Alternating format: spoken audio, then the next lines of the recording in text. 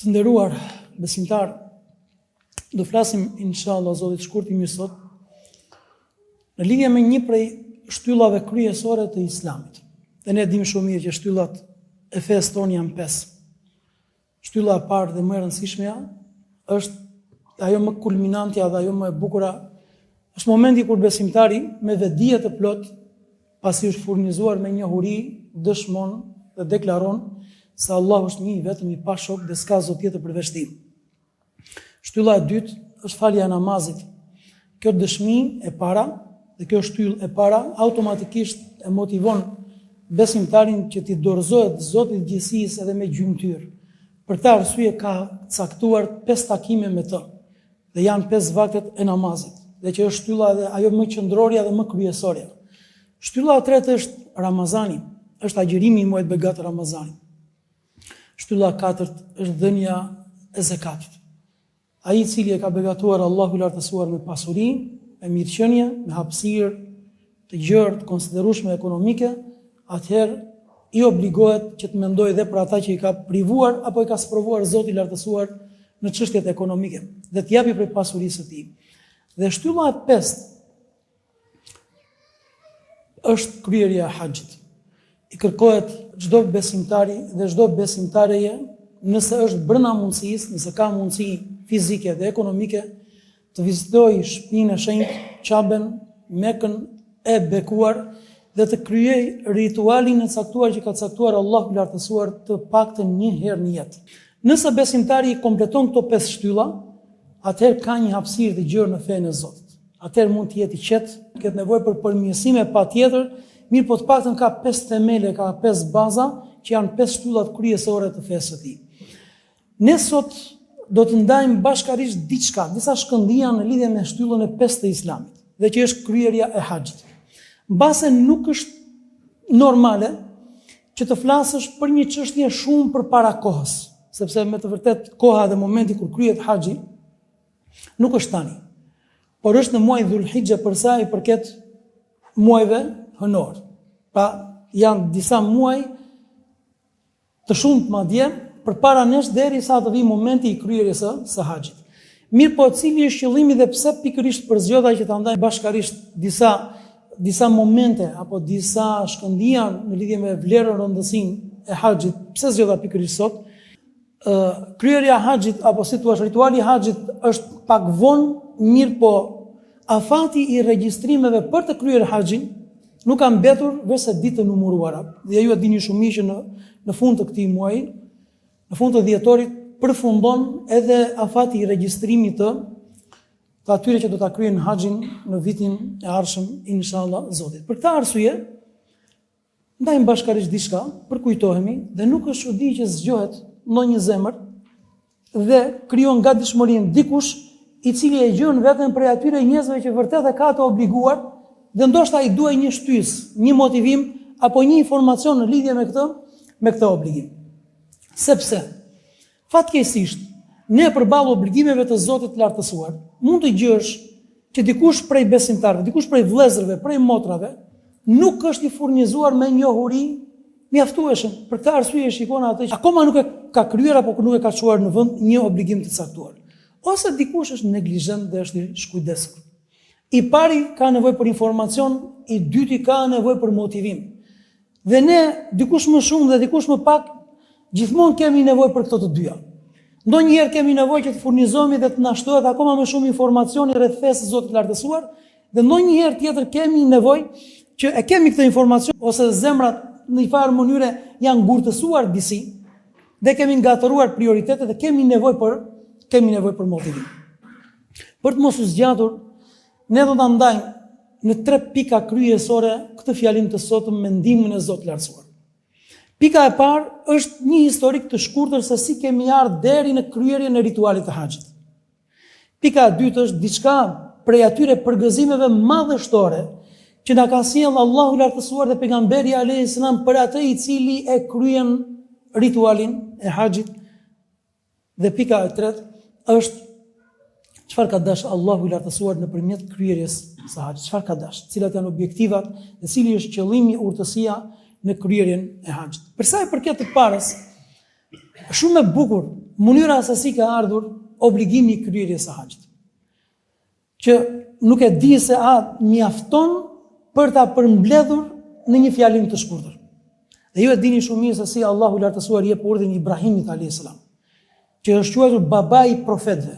E dim se është quajtur babai i profetëve, sepse të gjithë pjesëtarët e feve, qofshin muslimanët, qofshin të krishterët, qofshin edhe hebrejt, kur vjen puna për Ibrahimin alayhis salam, secili prej tyre thot, po, feja ime është fe abrahimike, dhe Ibrahimi është profeti im. Për këtë arsye, Allahu lartësuar diku në Kur'anin famëlar, madje në shumë vende në Kur'anin famëlar, thot nëse doni përderisa jeni kundërshtoheni mes veti dhe doni të gjeni të vërtetën, ktheuni tek Ibrahimi. Dhe interesoni cilën fe ka patur Ibrahimi. Ibrahimi s'ka qenë ma kana Ibrahimu yahudiyan wala nasraniyan. Ibrahimi s'ka qenë as jehudi, s'ka qenë as krishter. Ktheuni çfarë feje i përkiste Ibrahimi. Mirë, po ka qenë një njeri i dorëzuar tërësisht dhe krejtësisht me gjithë qenien e tij Allahu të lartësuar. Prandaj shikoni se sa bukur. Rituali i haxhit ka ardhur nga babai i profetëve, nga Ibrahimi alayhis salam. Kur Allahu i lartësuar e urdhëron ta marrë bashortën e tij dhe foshnjën Ismailin dhe ta vendosin në një vend të caktuar. Dhe niset Ibrahimi alayhis salam prej Palestinës së sotme, pjesës së Shamit, të bekuar, dhe deri aty ku është Qabia sot, udhëtonte, vazhdon, imagjinoni pak se sa udhëtim, se sa kilometra, me bashortën dhe foshnjën Ismailin dhe lë Haxherën bashkë me Ismailin në vendi ku është Qabia sot, pa koment, pa shpjegim.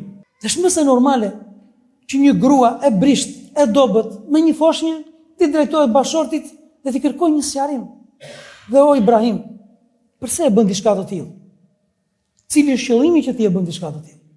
Një herë, dy herë, tre herë Ibrahimi alayhis salam nuk i jepte absolutisht as një shpjegim, as një koment. Derisa këmbguli dhe pastaj për herën e radhës i thot, o Ibrahim, Allahu të ka obliguar për këtë gjë.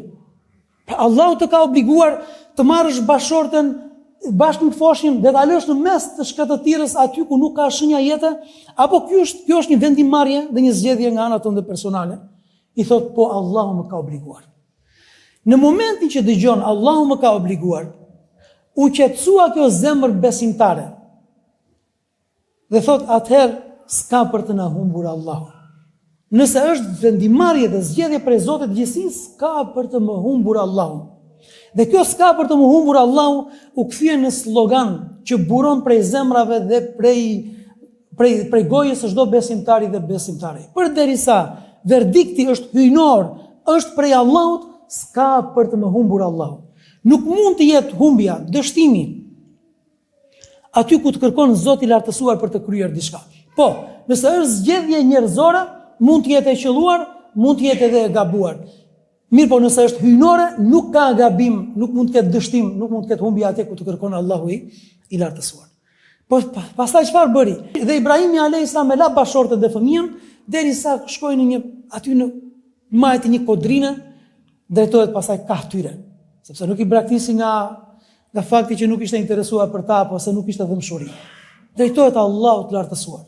Dhe i thot, o Zot, o Allah, ti e di shumë mirë që unë lash familjen time të shtrenjtët e mi, i lash në një vend ku nuk ka shenja jete. Në një vend ku nuk ka shenja jete, që do thotë shkretëtirë totale. O Zot, kjo gjë është bërë me një projekt të madh dhe me udhëzimet e tua, li yuqimus salah, në mënyrë që aty të ndërtohet shtëpia tënde e shenjtë, pastaj fej'al af'idatan minan nasi tahwi ilehim, bëj që zemrat e njerëzve, zemrat e besimtarëve dhe të njerëzve, të tubohen dhe të jenë të lidhura me këtë vend, dhe të projektojnë dhe të dëshirojnë dhe të investojnë për të ardhur në këtë vend, në një mënyrë të pashembull, në mënyrë që të falin namazin ty o Zot këtu, dhe të madhërojnë, dhe o Zoti im, bëje këtë vend të sigurt, o Allah, bëje këtë vend të begat. Dhe u lut Ibrahimi alayhis salam me lutje të shumta ju drejtuar Zotit gjithësisë për familjen e tij, por edhe për këtë vend i cili ishte projektuar tashmë për diçka të madhe. Dhe vazhdoi, u kthye aty ku kishte misionin Ibrahimi alayhis salam. Çfarë ndodhi? Kjo grua besimtare nuk u dorëzua përderisa ishte verdikti, urdhri i Allahut lartësuar që do të qëndronte në atë vend. Atëherë por kush ishte problemi? Po përfundonte dhe uji dhe ato pak hurma apo pak ushqim që kishte dhe filloi dhe kërkonte riskun, sepse besimtari nuk dorëzohet, i mbështetet Allahut lartësuar, por asnjëherë nuk dorëzohet përballë situatave të vështira. Dhe pastaj kalon nga një kodër në kodrën tjetër, nga kodra Safa në kodrën Merwa. Dhe këtë gjë e bëri 7 herë. 7 herë. Kur ishte në ultësirën e këtyre 2 kodrinave nxitonte me të shpejtë. Sepse nga njëra anë donte të hipte të ngjitej me të shpejtë në një kodrin për të parë mos vallë kalonte ndonjë karvan, mos kishte shenja jete, pastaj kur afrohej për te kodra tjetër e kaplonte dhe përjetonte dëmshuria për fëmijën me të shpejtë donte të shikonte se si ishte gjendja e fëmijës dhe aty në një pjesë, në një distancë nxitonte me të shpejtë. Derisa për të 7 herë, duke qenë në atë vend ku është sot, aty e kishte foshën ku është sot Zemzemi i famshëm, burimi i Zemzemit, dëgjohet një zë dhe dëgjohet një zhurmë dhe shpërthen toka. Dhe aty nga hiçi shpërthen një burim që vazhdon dhe është dhe sot me atë ujin e bekuar, me ujin e Zemzemit. Në këtë moment natyrshëm instinktivisht thotë Zemzem, mblidhu, sepse kishte frikë mos shteronte, mos përfundonte. Dhe thot profeti alayhis salam e mëshiroft Allahu nënën e Ismailit. Nxitoi dhe tha Zemzem, mblidhu, nëse nuk do e kishte thënë, Zemzemi sot do të ishte një lum që do të lundronte në Mekë. Për kjo është urtësia e Allahut të lartësuar. Shikoni tani se çfarë bën Allahu i lartësuar me njerëzit, me çështjet, se si nënshtron shkaqet. Nëse ne themi në jetën tonë nuk ka për të më humbur Allahu, edhe nëse je i vetmuar në mesin e shkretëtirës, edhe nëse duket sikur je i pa shpresë, shkoni se çfarë bën Allahu i lartësuar. Aty në atë zonë ndoshta askush nuk ishte kaluar sepse s'kishte pse të kalonte. As i binde në mendje ndoshta dikujt që kalonte aty. Mirpo, në momentin që shpërtheu burimi, uji, atëherë është më se normale që të mblidhen shpendët, sepse janë në kërkim të ujit. Dhe tufa apo turma shpendësh po fluturonin mbi këtë burim. Aty në distancë, një zota di se sa larg, kalonte një karvan, një prej fisëve më fisnike të zonës. Karvan të cilët kishin punën e tyre dhe destinacionin e tyre. Në momentin që pan shpendët, të cilët fluturonin rreth për qark, një vendi të caktuar, e kuptuan direkt dhe thanë aty ka ujë. S'ka se si të ndodhte, ndryshe. Shkojnë aty dhe çuditën u befasuan, shohin dhe gjën një grua me një foshnjë në mes të shkretëtirës, pranë tyre një burim që duke që ky burimi ishte i ris, kishte qenë. Dhe i thonë, a na jep leje që dhe ne të përfitojmë prej këtij burimi? Por përpara se të kërkoni leje për të përfituar, i kërkuan, a na jep leje dhe mundësinë të jemi bashkëpunar të këtij burimi? Çfarë kapitali ishte ai burim në atë vend? Thotë jo, për të qenë bashkëpunar jo, sepse ky është risku im, dhurat prej Zotit që ma bëri mua. Mirë po ju mund të përfitoni. Dhe shikoni se çfarë njerëzish fisnik ishin. Një prej shkaqeve pse Allahu i lartësuar ka përzgjedhur që mesazhi hyjnor të zbriste në atë zonë dhe të përcillej, ta kishin ata luksin dhe mirësinë që ta përcillin. Shikoni, një fis i tërë mund t'ia grabisni këtë mirësinë e Zemzemit pa i marrë leje fare. Mirë po, jo, nuk i takon fisnikut të përdori dhunën, të përdori forcën, për diçka që nuk i takon dhe nuk ishte drejta atij. A na jep leje? Jo, për këtë jo. Mirë, të përfitojmë bashkarisht? Po. Duke qenë se aty kishte ujë, u vendos ky fis dhe vendosën për të jetuar aty. Dhe jo thjesht ishin karimtar, por të ndërtonin jetën e tyre në atë moment. Kaluan ditët, kaluan vitet, rritet Ismaili, martohet, cakton Allahu i lartësuar, vdes kjo nën besimtare Haxheria. Vjen momenti, vjen Ibrahimi alayhis salam, edhe pse kishte ardhur 2 herë të tjera dhe kishte vizituar familjen e tij, vjen Ibrahimi alayhis salam për tashmë me një mision madhor. Dhe i thot djalit që ishte bërë burr tashmë. Thot unë dhe ti kemi një mision për Zotin e gjithësisë. Ne duhet të ndërtojmë Qaben, shtëpinë e shenjtë, e cila ka këto karakteristika. Dhe do të ketë këtë mision, do të tërheqi zemrat e çdo besimtare kudo qofshin në rruzën toksor. Thotë kam gatishmërinë absolute or babait tim. Dhe filluan dhe ndërtonin Ismaili afronte gurët, Ibrahimi alayhis salam I vendoste në mur, wa idh yarfa'u Ibrahimu al-qawa'ida min al-bayt wa Ismailu rabbana taqabbal minna. Dhe përkujtoni thotë Allahu lartësuar se si Ibrahimi dhe Ismaili e ndërtuan shtëpinë e shenjtë gur pas guri dhe sa po vendosnin një gur I luteshin Allahut lartësuar pranoje prej nesh këtë vepër o Zot. Pranoje prej nesh këtë vepër o Zot. Derisa e përfunduan.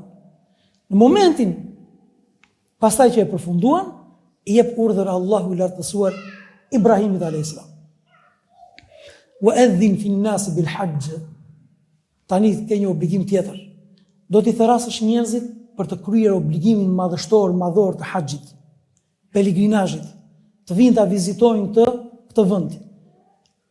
Nga çdo skaj I botës, përderisa është zemër besimtare, duhet të vinë në këtë vend të paktën një herë në jetë. Wa adhin fi an-nas bil hajj. Tregohu rëndësinë, madhështinë, obligimin e Allahut të lartësuar për këtë obligim. Thotë o Zot, po ç'vlerë ka thirrja ime?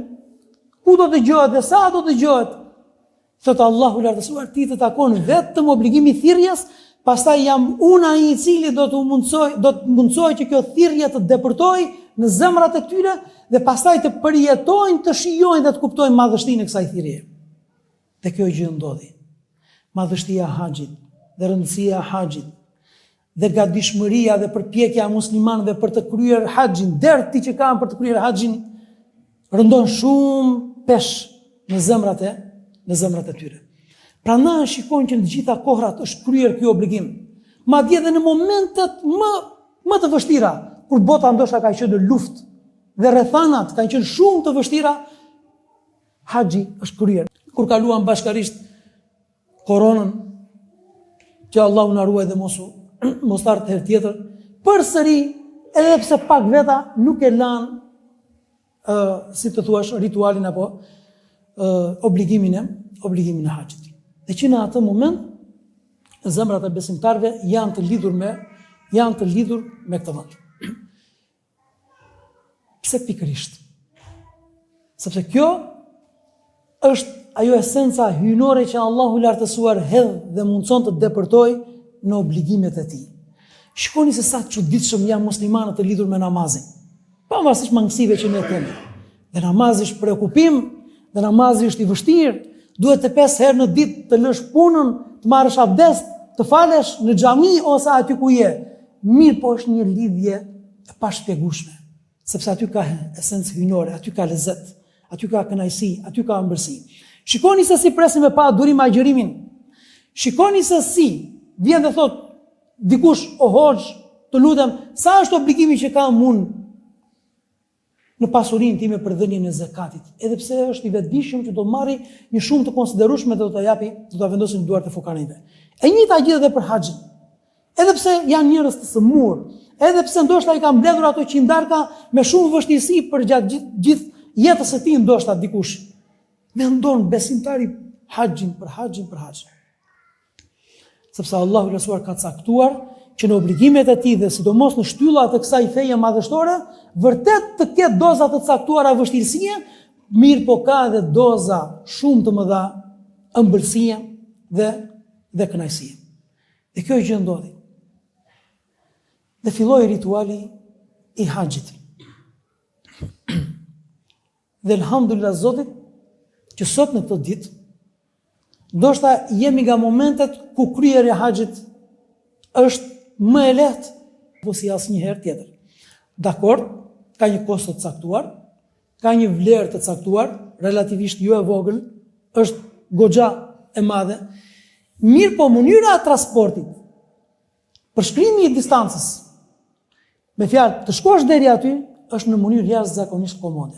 Njerëzit më përpara, kohët e hershme, kur shkonin në haxh, ishte raste që linin testament.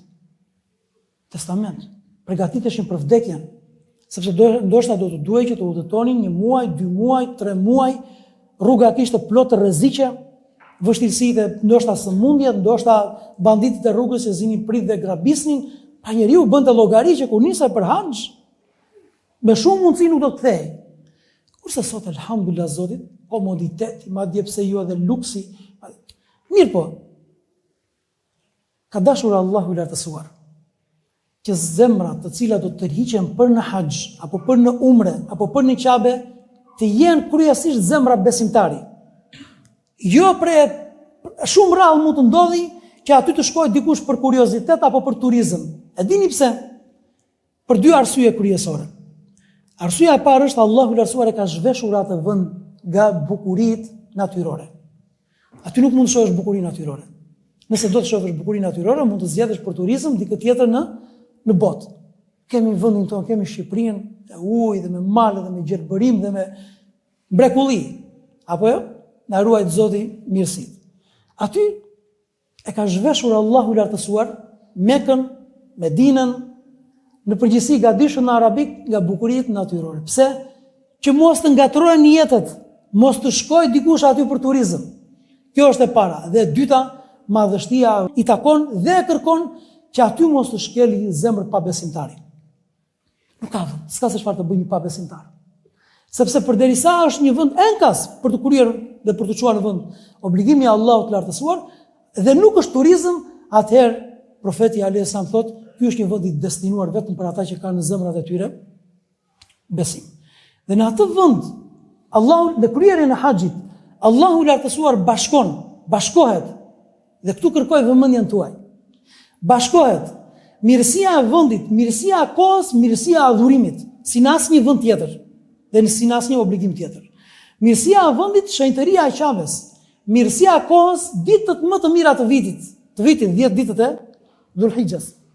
Dhe mirësia e adhurimit, mirësia e haxhit, që kush e kryen siç i kërkohet, kthehet pa gjunahe si ditën që e ka lindur nëna thot pejgamberi alayhi salam. Tani kjo është pak a shumë në lidhje me historikun e nderuar. Çfarë kërkon Allahu i lartësuar? Cilat janë objektivat e haxhit? Se detyrimisht Allahu i lartësuar ka caktuar objektiva dhe ka urtësi dhe ka mirësi.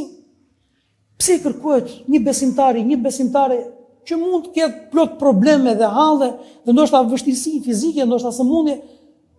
Pra nëse e gjën veten dhe komoditetin një herë në jetë, pse i kërkoj që të shkoj? Të shkoni sa bukur, një herë në jetë. Më pëlqeu shumë kur dikush prej dietarëve thotë një prej shkaqeve pse Allahu i lartësuar e ka, ose më saktë janë dy shkaqet kryesore pse Allahu i lartësuar ka caktuar që haxhi të mos jetë çdo vit, por të jetë një herë në jetë. Shkaku kryesor i parë është pra ti që ka mundësi, sepse do të ishte pa mundur që ne ta kryenim haxhin çdo vit. Nuk është e mundshme. Dhe e dyta, sepse haxhi është obligim kaq madhështor.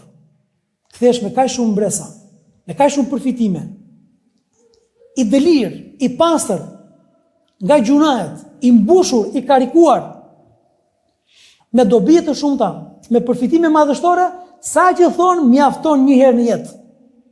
Kush ja jep hakun, mjaftohet me madhështinë, me përfitimet e haxhit, qoftë një herë në jetë, kthehet tjetër njeri, ndryshon, bën një revolucion shpirtëror, mendor, pse jo në gjithë qenien e tij, në gjitha qelizat e tij, që i mjafton qoftë një herë në jetë, për këtë arsye Allahu i lartësuar ka caktuar që të jetë edhe një herë në jetë. Çfarë kërkon Allahu i lartësuar? Pse duhet që besimtari të mendojë dhe të heqë mënjan sot në termat e sotme 6.400 euro, në mos gaboj, që përfshi normalisht gjithçka. Pse? Pse duhet? Pastaj të shkëputet afërsisht 15 deri 20 ditë nga familja. Dhe aty normalisht ka doza vështirësie. Do lër punën këtu e gjithçka tjetër. Dhe pastaj do t'i kërkohet dhe të kryejë dhe disa rituale që nuk kanë dhe shpjegim. Dhe kjo është e bukura. Aty në haxh kryhen dhe disa rituale kur direkt mendja thot, ose qoftë në heshtje robi thot, ora pse duhet ta bëj diçka ti? Pse duhet i zhvesh të rrobat e përditshme dhe të vesh të ihramit, këta dy peshqirët? Pastaj pse duhet të rrotullohem dhe të bëj tavafin 7 herë rreth Qabes? Pastaj po pse duhet të qëndroj në çadrat në Mina dhe të flë aty? Po pse duhet të shkoj në Arafat, në kodën e Arafatit aty dhe të qëndroj orë të tëra? Po pse duhet të flë një natë në Muzdalife? Po pse duhet të hedh gurët, guralecat?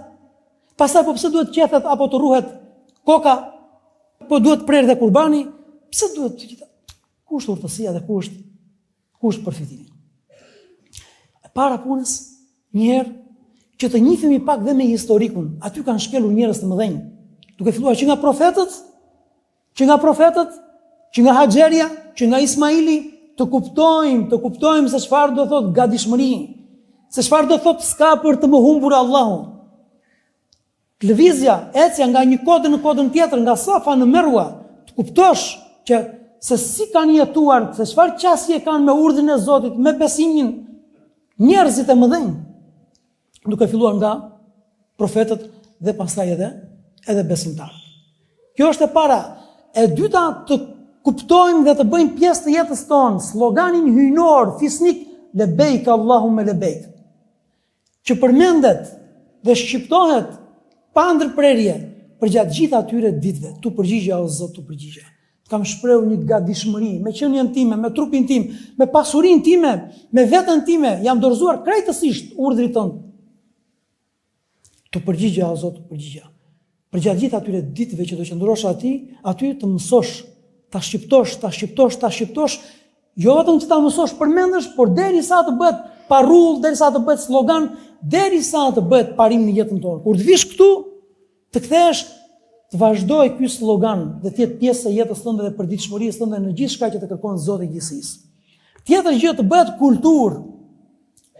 Këto 20 ditë, por jo vetëm dhe kur kthehesh, të bëhet kulturë që nuk duhet gabojmë. Po duhet pastrojmë veten tonë dhe duhet të mbushemi dhe të mbulojmë me virtyte. Prandaj dhe profeti prandaj dhe Allahu lësuar thot, kush është në haxh, kush është duke kryer haxhin, nuk i takon të bëj gjunahe, nuk i takon të bëj mëkate, nuk i takon që të merret me gjëra të ndaluara apo me gjëra jo të nevojshme. Nuk i takon ta bëj diçka të tillë. Gjithashtu ky rrugëtim që nisesh nga shtëpia, merr pasuri me vete, me një farë kosto, ndryshon dhe veshjen në orare të caktuara, vesh atë ihramin, pastaj shpërngulesh nga një vend në vendin tjetër, në një farë mënyrë të instalojnë në memorien tonë dhe në veten tonë edhe udhëtimin e gjatë. Atë udhëtimin e gjatë shumë të rëndësishëm, që do të drejtohemi drejt Zotit të gjithësisë. Prandaj në ajetet e haxhit, Allahu i lartësuar thotë: "Wa tazawwadu", furnizoni, merrni furnizim, sepse edhe furnizimi më i mirë është devotshmëria. Siç u bëre gati për të kryer haxhin dhe mblodhe furnizim në të gjitha kuptimet, ta dish që ke një udhëtim akoma më fisnik, më madhështor, më të rëndësishëm se sa haxhi, ku duhet akoma më shumë furnizim. Dhe nuk duhet furnizim thjesht monedha, por duhet një përgatitje shpirtërore, devotshmërie, sepse është udhëtimi për tek Allahu i lartësuar për në botën tjetër. Aty pastaj kuptojmë edhe peshën e vetes tonë. Aty i heqin spaletat, i heqin gradët dhe titujt që të gjithë njerëzit, që nga mbretërit, presidentët, kryeministrat, drejtorët, aty janë që të gjithë barabartë në kodrën e Arafatit, në Muzdelife, në Mina, që të gjithë të veshur me atë veshjen që na kujton qefinin dhe që është ihrami, dhe aty e kuptojmë madhështinë e kësaj feje, dhe aty e kuptojmë tamam se çfarë do thotë inna akramakum indallahi atqakum. Më i miri dhe më i larti prej jush tek Allahu është ai i cili është më i devotshëm. Aty karikohet robi me modesti, me thjeshtësi, me përulje, aty bëhet më njerëzor. Aty kuptojnë që kush është në mesin e miliona njerëzve, kush je ti, që ndoshta i bëjnë qefin vetes, në mesin e miliona njerëzve, turme gjigante njerëzish, dhe aty kthesh me mend në kokë, që thot populli, dhe me zemrën kraharor, më njerëzor, më i gatshëm për të bërë mirë dhe më i gatshëm për të privuar nga keqja, më modest, më i thjeshtë. E shumë me shumë përfitime të tjera të nderuar. Dëshiron Allahu i lartësuar të na mësojë se çfarë do thotë përkujtohet, sepse në këto 20 ditë synimi kryesor është përkujtohet Allahu i lartësuar dhe kështu me radhë. Këto janë disa prej synimeve, prej objektivave të haxhit. Çfarë përfitimi kemi? Çfarë ka premtuar Allahu i lartësuar? Sepse është më se normale që zemra njerëzore, njeriu, të kërkojë dy lloj përfitimi. Ato të shpërblimit, por njëkohësisht ato të shpërblimit që vjen në botën tjetër, po do të edhe diçka prej shpërblimit në këtë botë. Që të dyja e ka garantuar Allahu i lartësuar. Haxhi, umreja, vizita e Qabes, kryerja e ritualit të haxhit apo të umres është prej shkaqeve kryesore që të hapen rrugët e bllokuara që mund t'i kesh patur në jetë. Dhe kjo me dëshminë të gjithë atyre që kanë shkuar dhe kanë qenë në haxh dhe në umre. Është larguar prej jetës së tyre fukarallëku, problemet kanë ardhur me një stil tjetër jete. Sepse këta e ka premtuar Allahu i lartësuar. E ka premtuar Allahu i lartësuar. Kur thot e largon fukarallëkun haxhi, umreja, ashtu siç largon zjarrin ndryshku nga hekuri. Gjithashtu ka premtuar i dërguari Zotit Muhamedi alayhis salam dhe ka thënë, haxhi nuk ka shpërblim tjetër prej Allahut të lartësuar më madhështor se sa xheneti. I vuloset viza, garancia prej Allahut të lartësuar dikujt që ka kryer haxhin e vërtet, haxhin e plot, vuloset xheneti, është prej banorëve të xhenetit.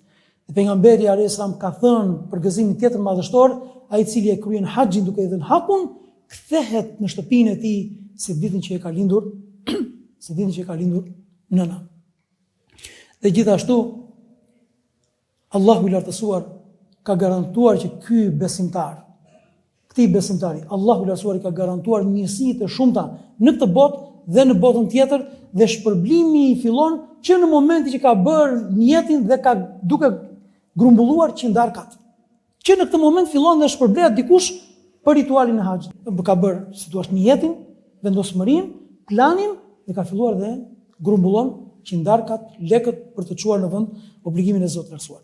Pastaj çdo hap që hedh, çdo mundim, çdo pikë djerse, çdo qindar që shpenzon, çdo siklet, gjithçka i shkruhet si shpërblim prej Allahut të lartësuar, sepse me të vërtetë është një adhurim jashtëzakonisht madhështor. Dhe përfundoj dhe me dy fjalë të tjera. Atë ku është rëndësia e çështjes, atë ku shpërblimi i madh është dhe për paralajmërimi për atë i cili është neglizhent dhe është i shkujdesur. Është më se normale. Folëm diçka rreth historikut të këtij obligimi madhështor, përmendëm edhe diçka për objektivave, sollëm diçka në lidhje me objektivat, çfarë synon Allahu i lartësuar nëpërmjet kryerjes së ritualit të haxhit, po ashtu e pasuam me diçka prej shpërblimit që pason nëse e çon në vend haxhin. Mirë po, i dërguari Allahu i lartësuar ka shoqëruar të gjithën këtë të tërën edhe me paralajmërim për atë i cili është i shkujdesur dhe është neglizhent, i cili ka prioritete të tjera të panumërta në jetën e tij, është dhe zemër besimtari dhe besimtareje dhe nuk ka prioritet të çojë në vend kryerjen e haxhit. Çfarë thot pejgamberi alayhis salam?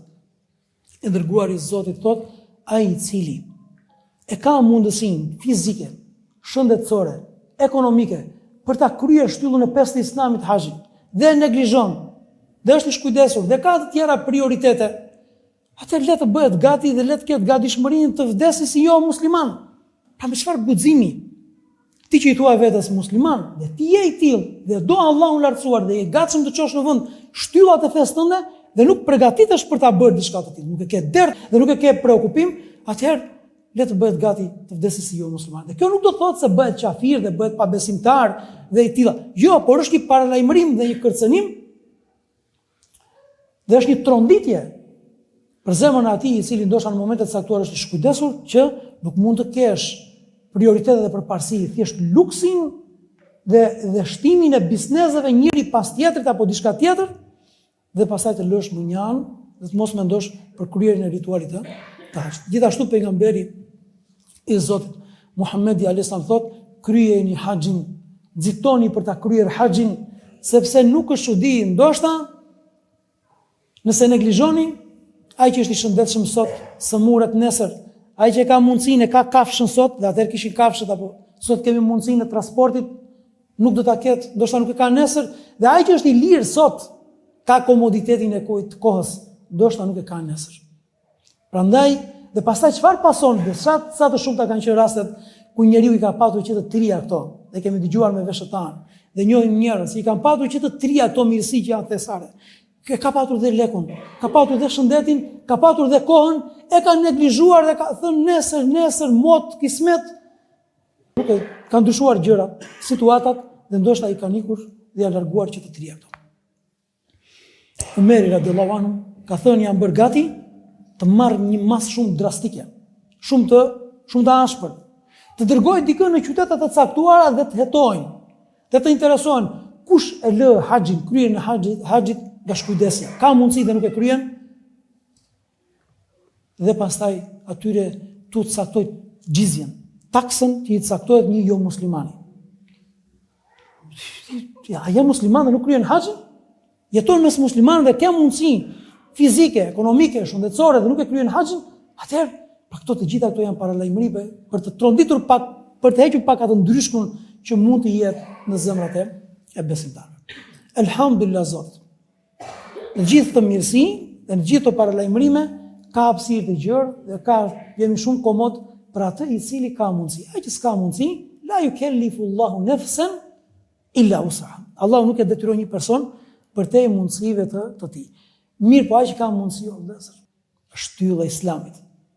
Është një start i ri, me komplet me jetën, në raport me Zotin, në raport me gjithçka. Për këtë arsye edhe një herë e përfundoj fjalimin tim duke thënë, kush e gjen veten e tij në gjitha ato që tham, jam i bindur që zemrat në një farë mënyrë na lëvizin që të gjithëve, dhe në një farë mënyrë siç edhe bëri lutjen Ibrahimi alayhis salam, bëj që zemrat e besimtarëve gjithmonë të jenë të lidhura me këtë vend, dhe zemrat tona janë të lidhura me atë vend. Dhe ne falenderojmë Allahun lartësuar dhe Allahu shpëbleft edhe xhamatin ton, që këtu e 4 vite tashmë është bërë një si tip tradite që shkojnë në umre. Prandaj ai i cili ka mundësi të mos neglizhoj. Ai që nuk ka mundësi, shumë ta lutje Allahun lartësuar që t'ia mundsoj. Duhet të jetë pjesë e lutjeve tona, o Allah më mundso kryerjen e haxhit. Dhe u jeth edhe përfundoj me një fjali të fundit, është thjesht një këshill, mos e lini haxhin për në pleqëri, sepse haxhi është i vështirë. Haxhi do fuqi dhe mundësi fizike. Dhe kushdo që e ka lënë për në pleqërinë e thellë, ndoshta ka patur dhe një jetë të mirë që thotë, hajde ta mbyll jetën me një haxh të më lajnë dhe të më shihen që të gjitha gjunahet, mirë po jo. Ka impenjim, ka angazhim dhe në një farë mënyre ka edhe një rëndes, ka një farë lodhje, që shumë e thjesht, ka lodhë shumë të lehtë dhe thjesht nga një i ri, por pak më vështirë nga një i moshuar. Për këtë arsye, nxitoni të dërguari i Zotit lartësuar për të kryer haxhin, edhe një herë them që regjistrimet përfundojnë në fund të muajit, lutim Allahun lartësuar që na mundsoj kryerjen e haxhit dhe kërkojmë Allahut lartësuar që Zoti i gjithësisë ne të na fali, të na mëshiroj, të na begatoj, të na shpërblej, të na përmirësoj, dhe të na tuboj gjithmonë në mirësi, të na nderoj, lartësoj në këtë botë dhe të na shpërblej dhe nderoj në botën tjetër. E qulu ma tasmaun. Astaghfirullah alazim li wa lakum.